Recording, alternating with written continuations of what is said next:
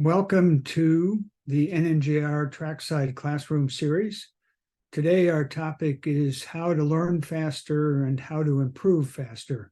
Or maybe I should state that in a different way, that really our objective here is how do we improve faster? And the way we do that is by learning faster. So with all that, let's dive right in.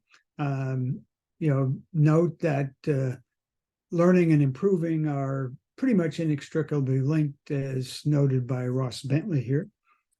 We have our normal disclaimer to get us started here, which says that you apply these techniques at your own risk. We think they're good tips, but it's still up to you. So I'm going to use a couple of Watkins Glen examples, but this material would apply to virtually any track that you happen to be going to next. So today I'm going to go through 5 different ways that you can improve faster, or think of these as tips, and pick one, pick all 5, pick 2, whatever you think works. There is a bit of a sequence to these, but you don't have to apply them in that way at all. So with that said, let's dive right in. First question, how soon can we get to wide open throttle? And you're going to hear watt a lot today, because that's an important part of going faster on track. And as the slide says, it's the top priority in almost every corner. Not every corner, however. But if we talk about Watkins Glen, sure, every corner, this is a priority. If we talk about Lime Rock, then not a priority for Big Bend. But for most corners, how fast we can get the foot on the floor is really important. And generally, it's much more important than how soon we can get our foot initially on the gas. And why is that? Well, as the experts have pointed out, your lap time is determined by being on the right line. And since this is an advanced event session, rather, I'm assuming that those of you watching this have figured the line out. The next priority is exit speed. And that's really primarily determined by how fast we get our foot on the floor. And the last and least important factor is entry speed into corners. And if you don't believe me on that stuff, you can look at what Carl Lopez and the Skip Barber folks say in their book, Going Faster. You can listen to Peter Krause or virtually any other pro coach out there, and they'll tell you the same thing.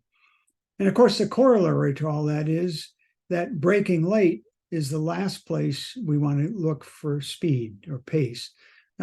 Yet I see way too many drivers in white and black run groups, and even occasionally in red, carrying brakes very late and being very busy in the early part of the corner and giving up the opportunity to get their foot on the floor exiting the corner sooner. So, in fact, that is the most common mistake, that your late braking postpones getting the foot on the floor. Another common mistake, and this is one I've made myself, because this is a real trace from my throttle position, is to get on the gas early, but then not be able to get the foot on the floor.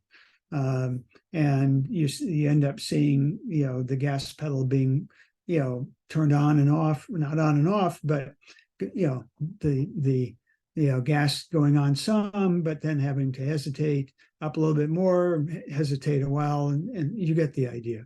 So we want to avoid these. We want to set corners up so that when we do commit to the gas, we commit to it and can squeeze, whether it's a quick progression or a slower progression, depends on the corner, but it should always be a smooth progression, and maybe 8 times out of 10, it should be pretty quick.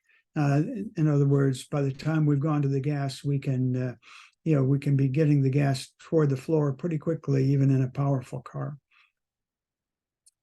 Tip number 2, prepare to learn. You know, track time is hard to come by, right? Most of us don't have enough budget and time to spend every day at the track and practice at the track. We wish we did, but none of us are pros, and we don't have that time. We do have time, or can make the time generally, to do some preparation at home. And we can do that in a variety of ways. We can look at our previous notes. We can study the track map. We can look at good videos. We can visualize what Ross Bentley calls mental imagery. And of course, if we're fortunate enough to have a simulator, we can drive the simulator. And then in preparing ourselves, physically we need to be ready, and we need to make sure the car is all set so we're not spending all of our energy at the track focused on the car. And then even at the track, we can use the time we're not actually in the seat on track by having goals for each session, which we'll talk about in a minute, but also visualization works at the track, even sitting in staging and so on. And of course, we at the same time, we don't want to take this too seriously. We have to be relaxed about it. And speaking of on-track goals, that's our third tip here. So the goal or goals, and I recommend, and all the coaches I know recommend no more than 3, and probably 1 or 2 for any given session. And those goals should focus on either one corner that you want to really zoom in on, one technique, maybe you want to focus on brake release, and certainly for one session. In other words, maybe this first session I'm going to focus on turn 1 and really put my extra attention there. And the next session, maybe I'll decide to focus on brake release. But let's keep it very focused. And our objective here, our attitude ought to be, we're going to get better on each run. We're going to get better at turn 1 if that's our goal. And we're going to do that because we're going to be humble about it. We aren't pros. We don't know it all. And so let's work our way up to it. Warm up slowly. Don't go out and try to do everything perfectly the first time. Take it in bite sizes. And if you go out with your friends to chase them around on every run, it's going to be harder to do this, right? And also, if you start messing with the car, that's going to get in the way too. And our objective here isn't lap time. Our objective here is to get better in a given corner, a better technique. If you are using data and looking at numbers, then look at a segment. You want to get better in the first segment or the third segment, whatever it is, and zoom in on data at that level of granularity. So if you do have goals, then debriefing is really essential. And this is how we capture that learning. This is how we make those improvements permanent. And we do that by getting off track and immediately writing down what worked and what didn't work. Here are some ways to do that. Compliments of Ross Bentley. What did I do well that session? And if you were focused on braking, rate your performance on 1 to 10. Not what was your lap time or your segment time, but just how did I do against I went out to try to brake perfectly, do brake release perfectly. How well did I do? Did I do 8 out of 10, 9 out of 10, 5 out of 10? And, score yourself on whatever it was that you were targeting. Note any reference points that you saw that were new or different this time. And write down, 1, 2, or 3 things that you think should be done differently next time. And as the slide says, we do this before we do anything other than grabbing a drink of water. Then we can relax for a minute, do whatever we need to do with the car, socialize, And if we have time before the next session, we can then look at data and video. But importantly, we have to leave time to mentally prepare ourselves for a next session. And again, we can decide on the 1, 2, at most 3 changes or goals, depending on what you want to call them. We ought to, if we're thinking about brake release, then we want to visualize that, sit and quietly visualize that for a minute.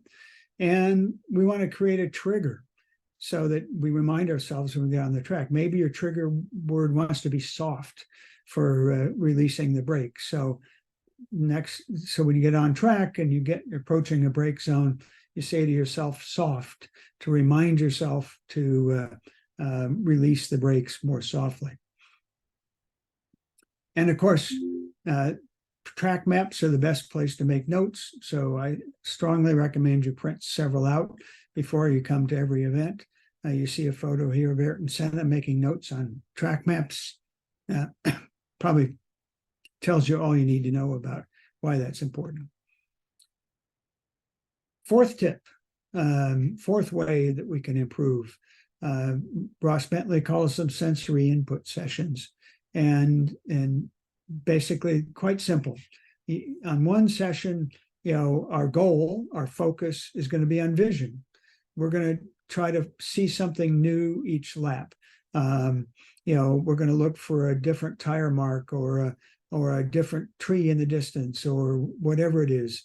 Maybe we're going to look at the elevation, more intently.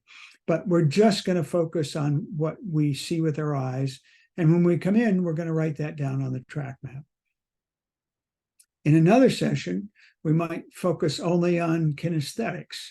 In other words, the feel and the seat of the pants.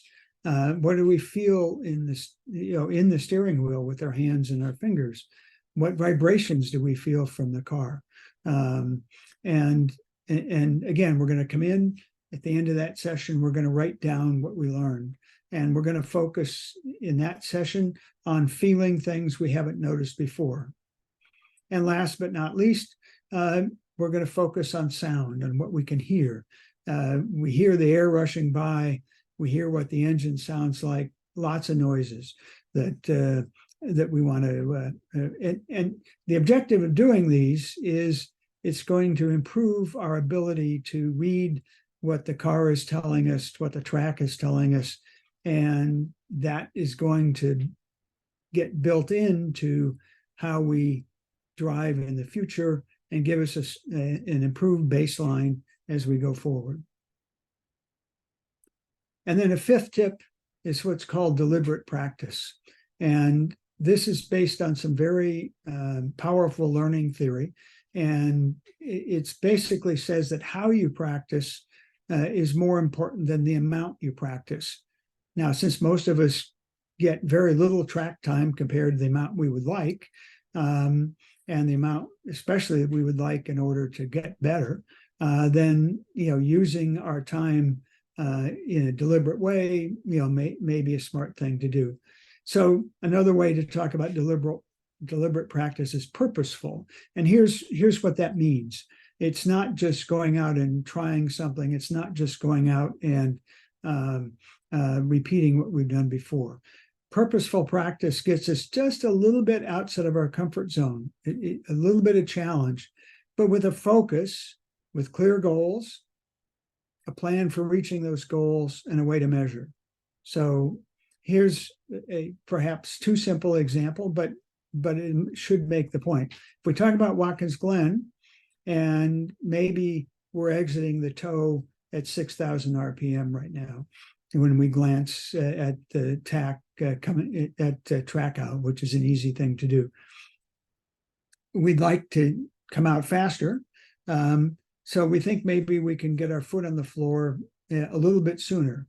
So let's establish a goal that's going to challenge us a bit to get our foot on the floor 3 feet sooner.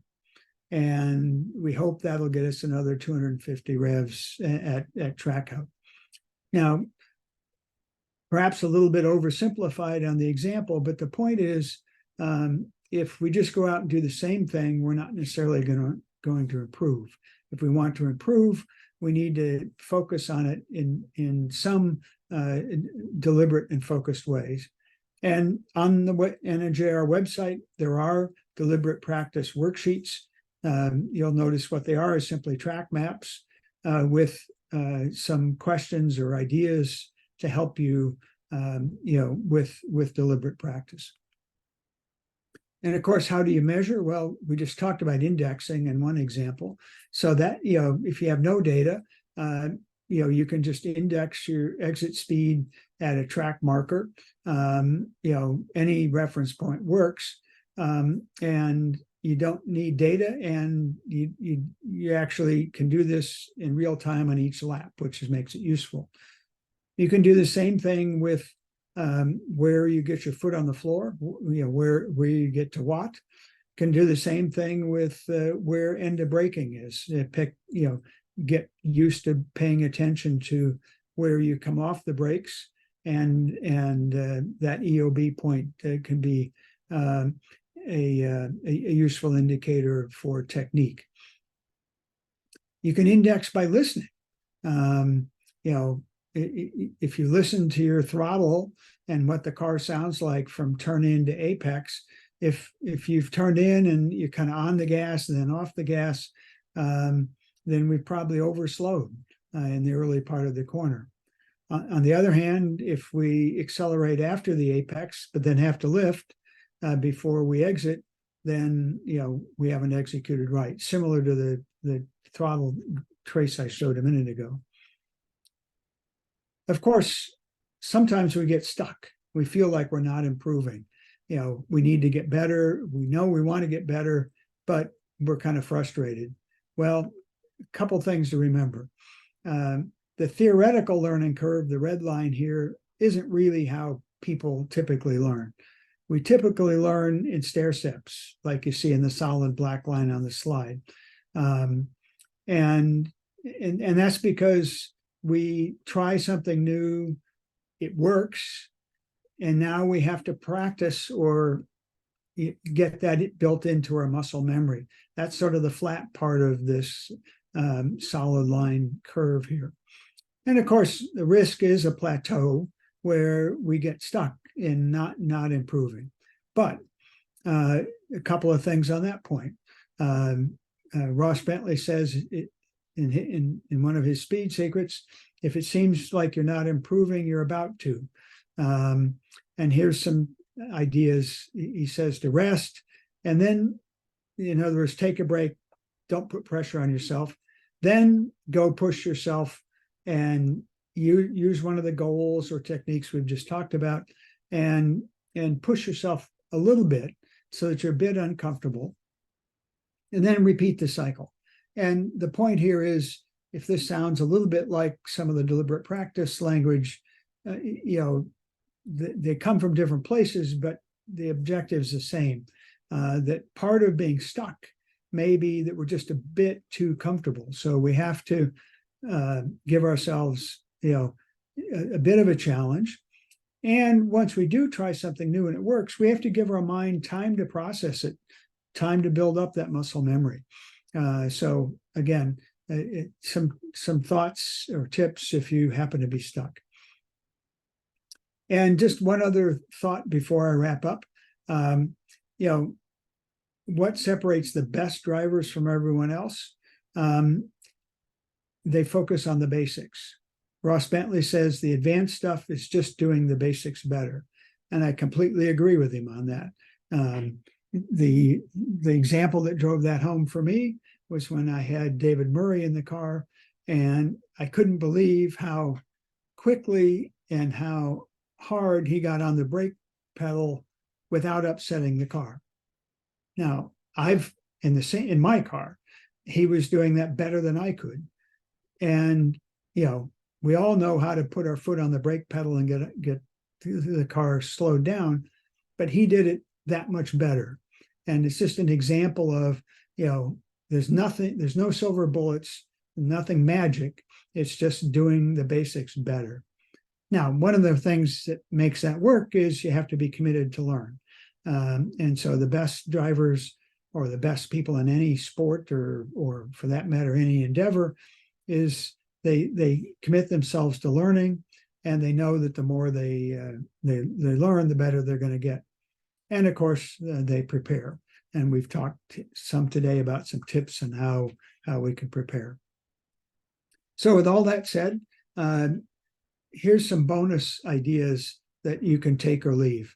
One is just to avoid coasting, which is pretty obvious. But one place a lot of people do coast is they know they're going to begin braking at perhaps the 500 mark, but they come off the gas just a little bit before that. So think of your beginning of braking point as your accelerate to point. In other words, my foot's on the floor until my beginning of braking point. That's thanks to Peter Krause for that idea. But it's not a beginning of braking, and it's an accelerate to point. In other words, we're going to use gas until the 500 mark. Not that we're going to get on the brakes at 500. We're going to keep our foot on the floor until that point. Well, that takes some what would otherwise be coasting off the table. To make corners smoother, obviously you've heard me and many others talk about this before. Focus on your end of braking, where you release the brakes, how you release them.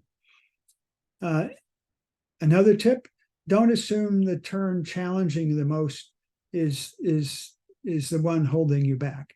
You may be at Watkins Glen, you may not like the off camber, and you may feel like that's causing you to be slow or otherwise screwing up your perception of your lap.